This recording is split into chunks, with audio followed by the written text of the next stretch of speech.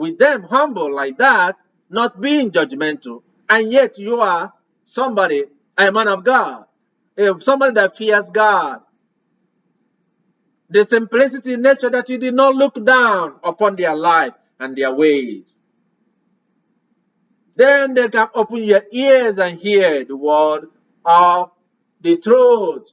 If that is your purpose, if it's for a business or something else, by the way you conduct your business, they will get your respect and maybe want to copy what you're doing. So as I am telling you this story about all these people that have been able to represent Africans and in the way they did their stewardship, the way they were able to carry the word of God into nations of the West and all the nations around the world.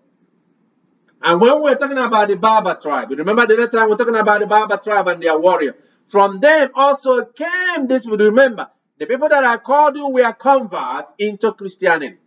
They were children of a pagan, mostly wealthy people that have inherited a lot of wealth. And they invested all that wealth and the knowledge and education they received into propagating the word of God, just like Paul did.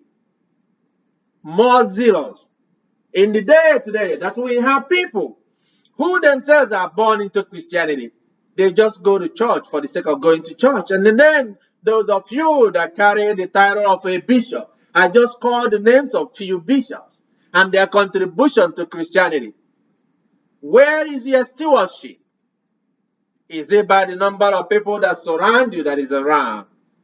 And where is your theology being in conformity with the truth? Or is it just your own thought and your own mind that is divorced from the truth? The Lord calls you to think about these great men of God, the Tertullian, the Cyprian, the Augustine, the Athanasius. And then significantly, it happens that they are all of Berber tribe. And when we talk about Berber tribe, we're talking about places like Algeria, Tunisia, Libya, Morocco. It is true that right now they are dominated by the Islamic faith by the fall of the Church of Africa, also the Ottoman Empire, and the Crusades, the Holy War, the Jihads, and things that have forced them into their hands. Then should all these countries be at war? Are they going to refuse and reject their history? Are they going to denounce their contribution to Western civilization? And if that's not the case, then why is there so much conflict in this movement and in this struggle of fighting between brothers and sisters and neighbors, people of the same tribe, in the name of God? Is that really in the name of God? Or is there another motive, another intent and benefit to it?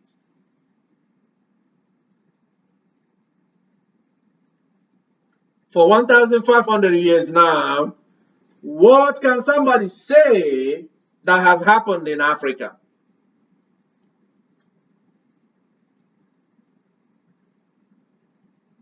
For those that promote and fight in the struggle to control and dominate around the Africa, the Aziz, this today we'll talk about ISWA. If we are to talk about all these things,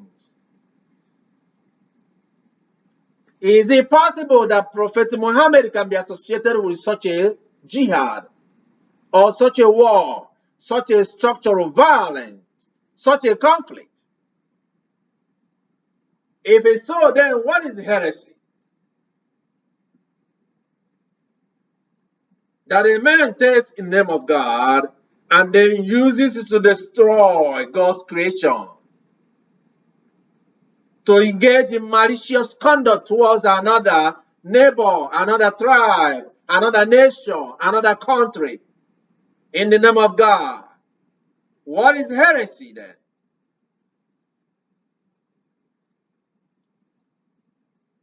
If Someone like St. Augustine of Hippo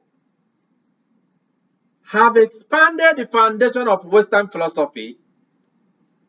He is of a Berber tribe. So where are the Berber tribe today? Where is their philosophers? Where are the mathematicians? What about other Africans in the future of the world, in the scope of things, the largest continent in the world?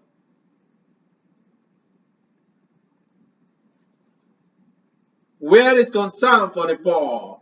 Where is protection for the people? Where are the weak and the elderly? The quality and dignity of life? Where is the dignity of labor? The desire to work, to engage your hands, to make a living, to provide for your family? Where is fairness? Where is justice? Where is the love of yourself? And where is the love of your neighbor?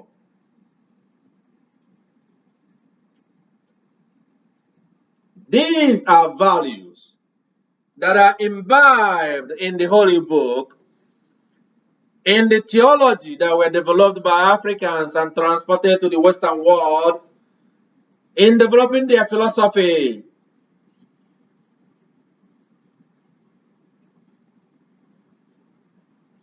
The message that you are hearing today, the Lord calls you to remember. Someone like Augustine was acceptable both by Catholics and Protestants, was accepted by both the Calvinists and the Lutheran. Every of these denominations in the divisions, we're talking about schism in the last series, they all embrace him. And from there have produced an enormous amount of work. By 5,000 pages of the work of Augustine have produced millions and millions and millions of work, building upon this foundation that is laid by Africans. And yet in Africa, it looks like darkness. Suddenly looked like darkness.